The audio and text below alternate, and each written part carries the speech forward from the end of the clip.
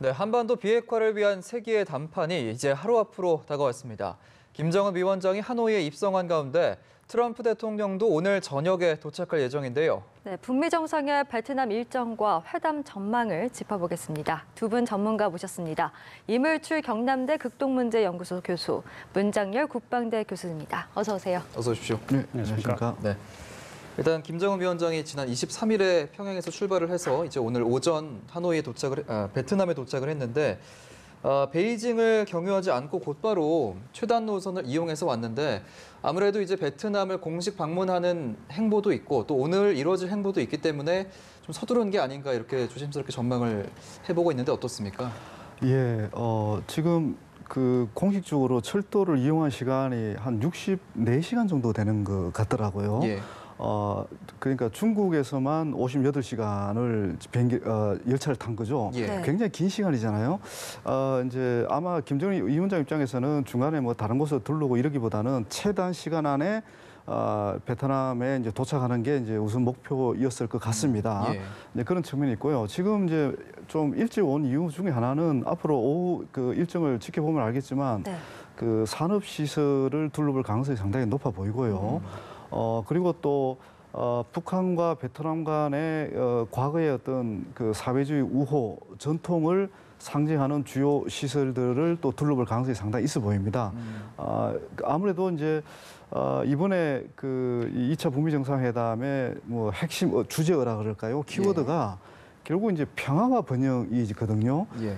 김정은 위원장 입장에서는 이제 평화도 핵 문제 해결을 통한 평화를 달성하는 것도 중요하지만 결국 이제 경제 건설을 위한 또 환경 조건들을 어떻게 또 확보하느냐 이게 또 굉장히 중요한 과제거든요. 예. 그런데 그런 맥락에서 좀 더 이렇게 힘들게 왔지만 또 많은 어떤 힘든 과정이 이제 기다리고 있는 거 아닙니까? 이제 그런 맥락에서 최대한 많은 것을 보고 듣는 기회를 가질 가능성이 상당히 높다. 저는 그렇게 이제 전망을 하고 있습니다. 예. 교수님께서는 어떻게 보십니까? 최단 노선을 선택한 이유가 역시 경제 시설 행보를 위한 선택이었을까요? 최단 노선이라고 할 수가 있는지 잘 모르겠어요. 왜냐하면 비행기로 오면 훨씬 더 빠르기 그렇죠. 때문에. 예. 그러나 이게 여러 가지 상징적인 의미가 있다고 보는데 일단 중국을 관통한다, 대륙을 관통해서 이렇게 60 몇 시간 동안 정상회담 장소로 오는 유례가 없거든요. 예. 그래서 그런 점에서 굉장히 재미있으면서도 의미 있는 퍼포먼스 로서 세계에 뭔가를 알리고 싶은 그런 것이 있고 그다음에 김일성 주석이 58년하고 64년에 베트남 방문했을 때와는 달리 이제 전 노선을 육로로 이동을 하면서 어떤 중국과의 우호를 과시하고 그다음에 충분히 그 사이에 어떤 변화 상황을 모니터하면서 준비도 할 수 있는 그런 여러 가지 그 목적을 가지고 그렇게 했는데 예. 어쨌든 하루 이상 빨리 도착하지 않았습니까? 예. 그것은 아까 이제 이물출 교수께서도 얘기했다시피 그 전에 여러 가지 그 행사가 있지 않을까 그렇게 생각을 합니다. 그래서 중국에 뭐 좀 들러가지고 광저우라든지 이런 데 가서 좀 경제 시찰을 할 수 있지 않겠느냐라는 예상이 있었습니다만은 일단은 베트남에 집중하기 위해서 베트남까지 오는 거죠. 중국은 그동안에 많이 방문을 했었고 또 많이 알려지고 했는데 베트남은 처음이지 않습니까? 네. 그래서 여기 목표를 향해서 일단 달려온 거죠. 그 다음에 이제 앞으로 어떻게 할 것이냐 이런 것을 우리가 좀 지켜봐야 될 것 같습니다. 예. 경제 시찰 관련된 행보에 대해서 좀 얘기를 더 해보면 지금 이제 얘기가 나오는 게 삼성전자 스마트폰 공장 그리고 하이퐁 하롱베이 등을 방문할 것이다 이런 관측이 나오고 있거든요. 좀 어떤 게 좀 유력할까요? 그 참 얘기는 하기가 쉽지 않은데 예. 김정은 위원장의 스타일을 보면 저는 방문할 가능성도 있다고 봅니다. 그러니까 그 지난 그 싱가포르 회담이라든지 또 남북 정상회담 우리가 이제 지난해 쭉 지켜봤잖아요. 예. 저분의 어떤 스타일은 그러니까 우리의 어떤 일반인들의 그 예상을 뛰어넘는 그런 그 행동들을 이제 많이 하고 있는 거거든요. 예. 그리고 이제 방금도 말씀드렸지만 이 경제 건설을 위해서 필요한 어떤 그 장소라면 자기는 이제 그거는 과감하게 이제 어떤 그런 그 일정을 소화하는 그런 지금 스타일을 보여주고 있는 거거든요. 네. 그래서 지금 이 과연 김정일 위원장이 어떤 곳을 하느냐에 따라서 이렇게 보내는 메시지가 저는 상당히 의미가 있을 거다 이렇게 보는데요. 지금 사실 이제 이 베트남의 주요 산업 시설들이 대부분 우리 기업들이 건설한 또는 네. 진출한 곳들이거든요. 예. 그런 맥락에서 김정일 위원장 입장에서는 베트남과의 협력도 강조를 하는 그런 의미도 있지만 결국은 남북 경협을 이렇게 지향하는 뭐 그런 어떤 행보를 또 보여줄 가능성도 있다 이렇게 보여집니다. 그리고 이제 이 베트남은 전 지역이 산업 특구입니다. 경제 특구를 예. 할 수 있습니다. 저는 베트남을 자주 다녀봤는데요. 네. 지금 제가 이제 오늘 도착한 동당역. 역에서 동당역에서 하노이까지는 제가 이렇게 다녀보지는 않았는데 다른 예. 코스들은 제가 많이 다녀봤는데요. 예. 사실 이제 지금 이 지역이 최근 몇 년 사이에 가장 발전하는 지역 중에 하나입니다. 네. 원래 베트남은 남부 지역, 호지민 쪽이 더 경제가 발전돼 있고 또 산업단지가 많이 발전돼 있는 지역이거든요. 예. 그리고 이제 지난 몇 년 사이에 하노이 쪽이 이제 굉장히 발전하고 있는데 아하. 지금 그림에서 보고 계시겠지만 오는 길이기 때문에 하노이까지 오는 길이기 때문에 저는 삼성전자를 방문할 가능성도 있다 이렇게 이제 보여지고요. 예. 그리고 이제 오늘 일정이 공식적인 일정이 아직 발표가 안 돼 있습니다. 예. 특히 베트남의 고위 인사와의 어떤 그런 일정들이 지금 아직은 이제 확인이 안 되고 있는데 아마 여유 있게 본인이 좀 보고 싶어 하는 곳을 둘러볼 그런 기회를 갖고자 아마 일정들이 지금 이렇게 공개가 안 돼 있는 것 같거든요. 예. 그런 맥락에 보면 선친이 아버지가 방문했던 곳도 아니죠. 할아버지가 방문했던 그렇죠. 곳도 이제 방문도 하고 그리고 주요 산업시설을 둘러볼 가능성이 매우 높다. 저는 그렇게 전망을 합니다. 예. 그렇다면 교수님은 좀 어떻게 보세요? 여기 지금 수행원 중에 오수용, 김평의 이런 1차 정상회담 때는 수행하지 않았던 인사들이 일부 들어가 있는데 예. 이 경제 분야를 담당하는 오수용 같은 이런 인사는 이번에 큰 어떤 상징성을 가지고 있다라는 생각이 듭니다. 특히 이제 베트남이 우리가 보통 생각하기에 북한의 하나의 모델이라고 한다면 예. 베트남에서 지금 중요한 것이 개혁 개방을 통해서 일단 경제 성장을 과거 개혁 개방 시작했을 86년에 비해서 거의 한 20배 이상의 성장을 했기 때문에 예. 이 경제 담당한 이 인사들의 대동을 통해서 특히 이제 오수영 같은 경우는 김책공대에서 전자공학을 전공한 사람이기 때문에 기술에도 물론 나이는 좀 들었지만은 네. 굉장히 밝을 거라고 생각을 해요. 그래서 예.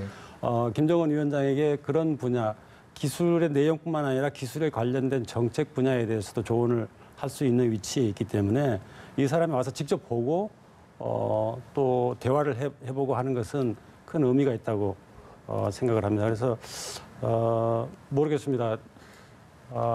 과연 삼성전자 공장을 예. 방문할 수 있을지 방문한다면 대단한 이벤트가 되겠죠. 네. 그렇겠죠. 예, 알겠습니다. 수행단에 대해서 좀 말씀을 해주셨는데 수행단을 봤을 때 저희 리설주 여사를 보지 못했거든요. 그래서 멜라니아 여사와의 또 만남은 사실상 퍼스트레이디의 만남은 불발될 것 같고 과연 그럼 이방카 선임 보좌관 그리고 김여정 부부장의 만남은 성사될 수 있을까? 이 부분이 참 관심이 가거든요. 저는 이 두 분이 만날 가능성이 상당히 높다. 또 네. 그렇게 봅니다. 예. 기본적으로 이 두 사람이 하는 역할이 사실상의 비서실장 역할을 그렇죠. 하고 있거든요. 김여정 부부장도 그렇고 이방카 선임 보좌관도 그렇고 사실상 최고 지도자의 이제 비서실장 역할 또 최측근으로서 조언하는 역할 뭐 이런 것들을 하고 있는 거거든요. 예. 그런 맥락에서 두 사람의 만남도 상당히 저는 흥미로운 대목 중에 하나가 될 것 같다는 생각이 들고요. 지금 이제 트럼프 대통령과 김정은 위원장 간의 뭐랄까요, 이 우정이라 그럴까? 네. 뭐 이런 것들이 계속 지금 반복적으로 확인되고 있는 거 아닙니까? 예. 또 트럼프 대통령이 지속적으로 우리 관계는 좋다고 얘기를 하고 있고 또 우정을 가시하고 있는데 여동생인 김여정하고 또 이방카 선임 보좌관이 두 사람이 또 우정을 다진다면 아무래도 북미 관계의 어떤 신뢰 수준을 높이는 데도 상당히 또 기여할 수 있을 거다.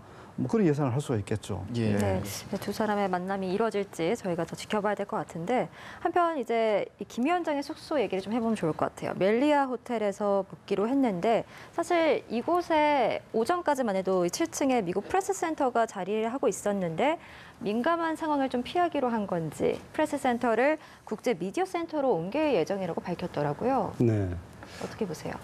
아무래도 이제 미디어 센터가 거기 같이 있게 되면은 일단 김정은 동선이라든지 그 행동에 제약이 많이 있을 겁니다. 껄끄러운 면이 있겠죠. 예, 껄끄러운 면이 있고 그 기자의 속성이 뭐 일거수일투족을 그야말로 면밀하게 현미경 들여다보듯이 다 파악하려고 하는 그런 속성이 있기 때문에 불편할 거예요. 그래서 이걸 설마 이렇게 옮기려나 생각을 했는데 과연 어떻게 할 것인가 좀 의아했었는데 결국 이제 옮기게 될 것 같습니다. 그러면 좀 더 편안하게 숙소에서 거기서 이제 여러 가지 활동을 하면서 미디어 센터는 또 미디어 센터대로 기능을 담당하고 그런 방식이 될 것 같습니다. 예, 네. 알겠습니다.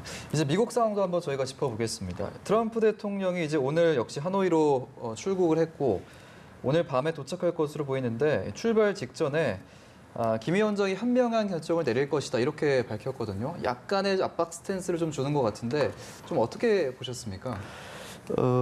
사실 이제 그 트럼프 대통령이 트윗을 통해서 보내는 메시지들이 이게 이제 상당히 좀 혼선을 주는 경우도 있습니다. 보면 이게 굉장히 이제 전략적 그 어떤 메시지로도 보여지기도 하고 또 네. 어떤 어떤 면에서는 또 진심을 담고 있어 보이기도 합니다. 기본적으로 이제 그 이 트윗이라는 게 뭐 김정은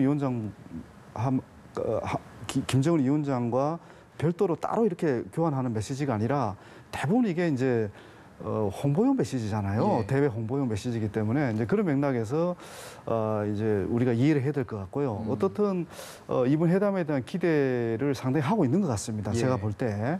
그리고 그 이유가 이번 회담이 실패로 평가를 받는다면 김정은 위원장도 그렇고 트럼프 대통령도 정치적 타격을 받을 수 있는 그런 상황이잖아요. 예. 그리고 이제 북미 간의 그 실무자 접촉을 통해서 이미 저는 그렇게 봅니다. 한 80%나 90% 정도의 이제 의제 조율은 이미 마친 상태고 네. 결국 이제 핵심 좀 더 양보를 얻어내기 위한 그런 담판이 이 두 정상 간의 만남에서 이루어질 가능성이 높다. 저는 그렇게 보고 있는 거거든요. 예. 그래서 이제 이 현명한 선택을 요구하는 이 메시지는 사실상 엄밀히 보면 또 압박이라기보다는 네. 대외 이제 뭐 언론 메시지라고 저는 일단 보는 거고요. 지금 트럼프 대통령 입장에서는 최대한 김정은 위원장으로부터 양보를 이끌어내야 되는 그런 상황이기도 하고 예. 좀 더 특히 이제 미국 내부의 긍정적인 평가를 이끌어내는 게 지금 트럼프 대통령에서 가장 중요한 과제예요. 그러니까 트럼프 대통령만이 만족할 그런 합의가 나와서 되는 게 아니라 누가 봐도 특히 미국의 그동안 그 북한의 비핵화에 대해서 굉장히 회의적으로 봐왔던 많은 그 의회 지도자나 예. 또 언론의 어떤 언론들이 있는 거 아닙니까? 이 사람들이 이번 회담이 그런대로 좋은 결과다고 평가할 수 있는 그 수준의 합의를 이끌어내야 되는 게 지금 과제거든요. 네. 그러나 그런 맥락에서 그 트럼프 대통령의 메시지를 해석해야 되지 않을까 저는 그렇게 봅니다. 네, 예. 뭐 말씀하셨다시피 트럼프 대통령 입장에서는 마냥 여유로울 수가 없는 상황이잖아요. 이제 재선도 앞두고 있고 그렇기 때문에 트럼프 대통령이 계속해서 이제 북핵 협상을 서두르지 않을 것이다. 이 회담의 장기화를 이렇게 점쳤던 얘기들이 어떻게 보면 핵 합의에 있어서 완전한 비핵화보다는 핵 동결에 맞춰질 수 있지 않을까 이런 우려도 일각에서 나왔거든요. 이런 부분들에 대해서는 어떻게 생각하세요? 트럼프 대통령 입장에서는 목표를 굉장히 높이 세워놓고 달성하지 못하는 것보다도 목표를 좀 낮게 설정한 다음에 더 크게 달성하는 것이 아무래도 이익이죠.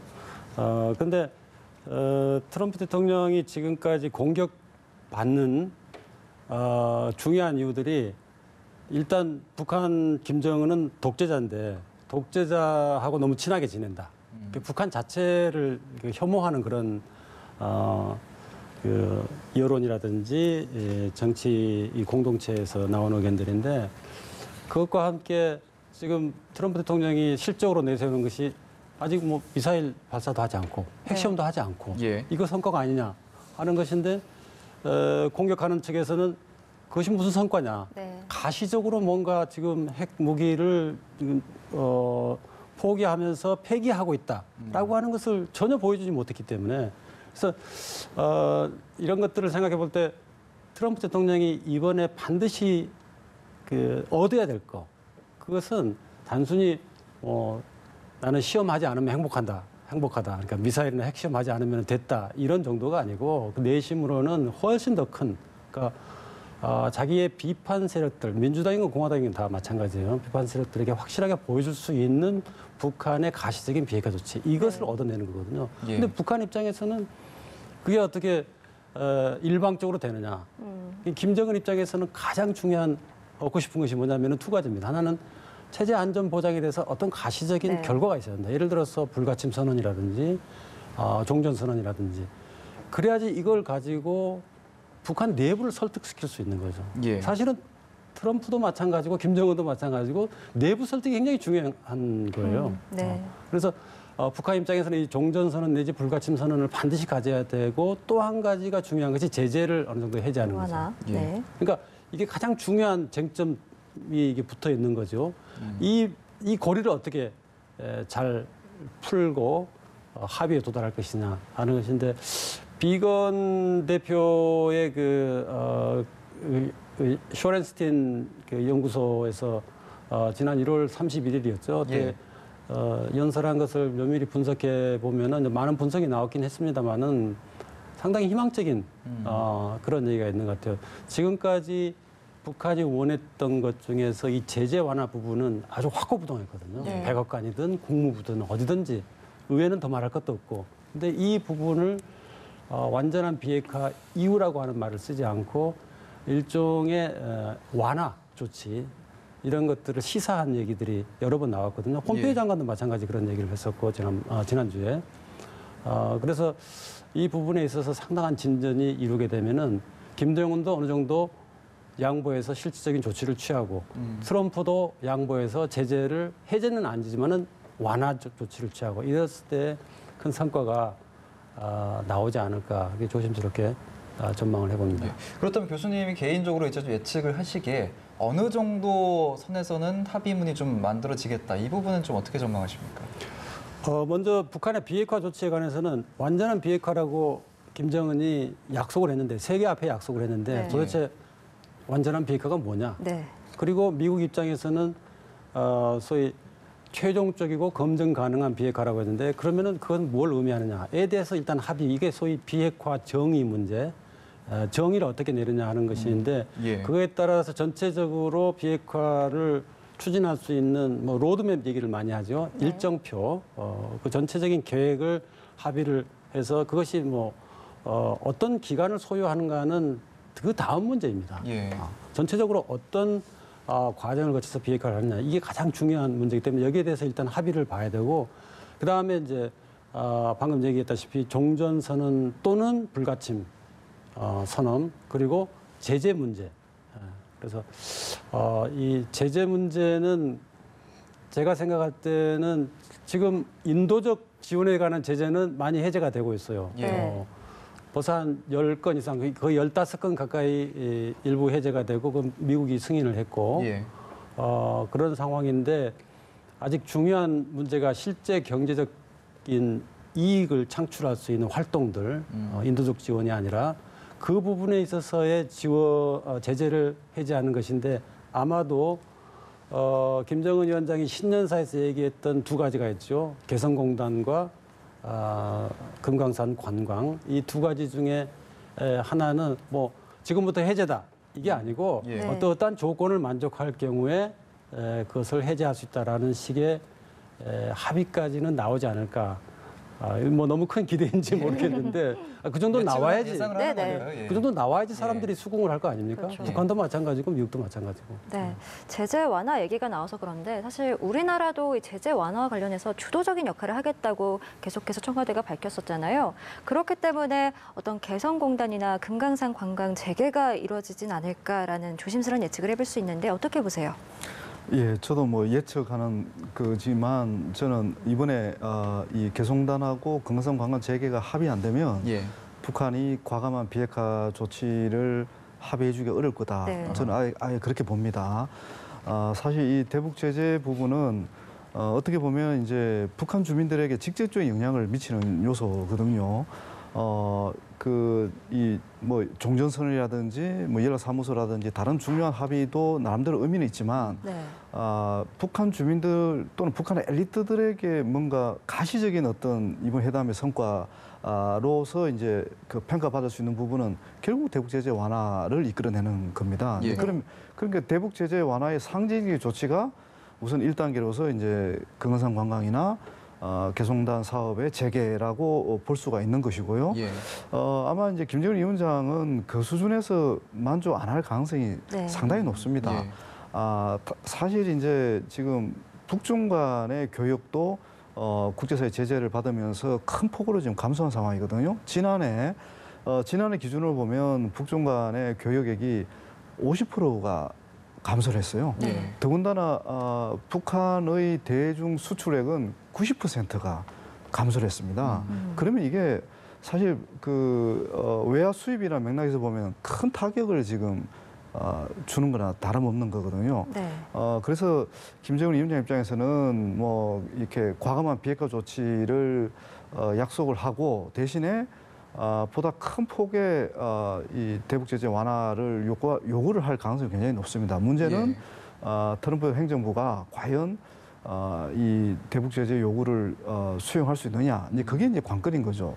아마 트럼프 대통령 입장에서는 대북 제재를 완화해주고 싶어도 아까 우리 문 의원님이 말씀하셨지만 결국은 이 의회와의 관계, 또 미국 내부 국내 여론과의 관계, 뭐 이런 게 있는 거거든요. 예. 이제 그런 맥락에서 이 대북 제재가 이제 가장 민감한 이슈라고 이제 저는 보는 건데 어떤 식으로든 특히 이제 김정일 위원장이 신년사에서 개성단과 금강산을 언급했기 때문에 예. 최고 지도자가 이렇게 언급을 하면 어떤 식으로든 이걸 관철시키는 모습을 보여줘야 되는 거거든요. 그러니까 이제 이 금강산과 개성단은 가장 우선순위라고 할 수밖에 없는 것이죠. 예, 알겠습니다.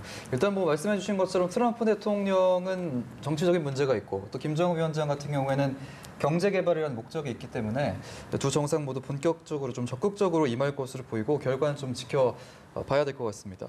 일단 저희가 하노이에서의 일정으로 좀 넘어가 보면 내일 저녁에 이제 김정은 위원장과 트럼프 대통령의 첫 만찬이 있을 예정이라고 하는데 이 회담 전의 만찬은 좀 이례적인 일이죠. 그렇죠. 일단 회담이 끝나고 나서 오찬이 됐든 만찬이 됐든 1차 회담 때도 오찬을 했는데 그렇게 예. 되는데 먼저 만찬하는 것은 저는 이게 좀 좋은 그 사인이 아닌가 하는 생각도 들어요. 왜냐하면은 회담에 대해서 어느 정도 확신이 없을 경우에 밥부터 먼저 먹자 하기가 좀 네. 힘들지 않습니까? 예. 근데 회담에 대해서 그동안에 실무진들이 굉장히 많이 노력을 했지 않습니까? 예. 뭐그 열 몇 시간 동안 마라톤 회의도 하고 그렇기 때문에 아마 제 생각에는 상당 부분 회담에 대해서 예를 들어서 하노이 선언이라든지 뭐 어떤 형태가 될지 모르겠지만 네. 그런 거에 대해서 좀 합의가 되지 않았나. 아하. 그래서 좀 편안하게 그 전에 만찬도 하면서 여러 가지 얘기를 좀 하고 그 다음 날에 그것을 확인하고 그리고 마지막으로 그 실무자들이 다 결정을 못한 부분이 있지 않습니까? 예. 그 부분을 이제 마지막으로 정상들이 결정을 하는 그런 절차로 진행을 한다면은 뭐 만찬부터 해가지고 예. 가는 것도 좋은 좋은 시그널로. 분위기, 예. 좋은 시그널이 될 수가 있고 분위기를 좋게 만드는 그런 방법이 아닌가 합니다. 네, 뭐 금강산도 식후경이라고 만찬 분위기가 좋아지면 또 회담에도 좋은 긍정적인 영향이 있을 것 같은데 저는 두 정상의 친교 시간에도 좀 관심이 가요. 뭐 사실 이런 친교 시간이 그 회담의 결과 혹은 분위기를 좀 점쳐볼 수 있는 중요한 요소기도 하잖아요. 그래서 뭐 1차 북미 회담이 끝난 직후에는 그때 두 정상이 직접 호텔 정원에 거닐기도 했었고 그래서 이번에는 좀 이런 이벤트가 있을까 하는 생각이 드는데. 예, 이번에도 두 사람의 친교를 나누는 그런 이벤트가 있을 겁니다. 네. 분명히 있을 거고요. 저는 이제 이런 관점에서 보는데 사실 이제 그 북한이 미국에 대해서 계속 요구했던 것은 신뢰입니다. 신뢰. 예. 그러니까 이 비핵화라는 어려운 그 과제와 관련해서도 우선 신뢰를 달라. 근데 그 신뢰 중에 하나가 이제 최고 지도자 간의 어떤 신뢰겠죠. 네. 이 친교 행사든 또 내일 이제 아마 저녁에 그 만찬이 열릴 가능성이 높다고 하잖아요. 이런 만찬 행사든 이런 것들이 두 사람이 보다 허심탄회한 대화를 나눔으로 인해서 이 신뢰 수준을 서로 높일 수 있는 거거든요. 상대방에 대한 믿음이 굉장히 중요하잖아요. 예. 네. 정상 외교에서 굉장히 중요한 과제들인데 근데 그런 부분과 관련해서 저는 이번 이 회담 과정에서 아마 두 사람이 우정이라든지 신뢰를 아주 극적으로 보여주는 장면들이 많이 연출될 가능성이 있다. 그렇게 저는 봅니다. 네. 왜냐하면 또 특히 이제 두산을 보는 이 국제사회의 시선이 있는 거 아닙니까? 이 상당히 이제 부정적인 시선들인데요. 이제 그런 부분들을 좀 이렇게 불식시키는 차원에서라도 두 사람이 신뢰도 보여주고 서로 우정도 교환하면서 뭔가 좋은 결과물을 내놓는 그런 시나리오를 저는 지금 예상을 하고 있거든요. 네. 예. 그래서 모르겠습니다. 이번에도 뭐 산책을 하는 방식이 될지는 뭐 알 수는 없는데 뭐 지금 언론에서 나오고 있지만 오페라 공연을 함께 본다든지 예. 아니면 또 제가 이제 그 북한 수행단을 다 보지는 못했는데 북한의 예술단이 이제 함께 와서 예. 또 만찬 자리에서 예술단 공연을 지금 보여줄 수도 있거든요. 그런 관측이 예, 있었죠. 예, 그런 부분들이 이제 앞으로 저희들이 좀 흥미롭게 관찰해볼 만한 대목들이 아닐까 그렇게 생각합니다. 예, 더 좋은 그림을 저희가 또 기대해 볼 수 있는 부분이고 또 이제 관심이 가는 부분이 김 위원장이 이번 회담에서 어떤 복장을 선보일 것인가 이 부분도 관심이 쏠리거든요. 이제 조부와 행로를 동일하게 밟고 있다는 점을 고려했을 때 양복을 선택할 것 같기도 하고요. 또 인민복을 선호할 것 같기도 하고 이 부분은 좀 어떻게 예상하세요? 저는 잘 예상을 못 하겠습니다. 근데 복장이 뭐 그다지 중요한까지는 않다. 네. 예. 이번 회담은 어디까지나 이 소위 내용, 예. 구체적으로 모든 사람에게 어떤 확신감을 줄 수 있는 그런 진전 이런 게 중요하지. 복장은 사실 잘 모르겠습니다. 예, 제가 네. 마지막 질문이라 좀 가벼운 질문을 드렸는데 당황하게 해드린 것 같습니다. 알겠습니다. 오늘 두 분 말씀 여기까지 듣도록 하겠습니다. 이물출 경남대 극동문제연구소 교수, 문장열 국방대 교수 두 분 모시고 얘기 나눠봤습니다. 고맙습니다. 고맙습니다.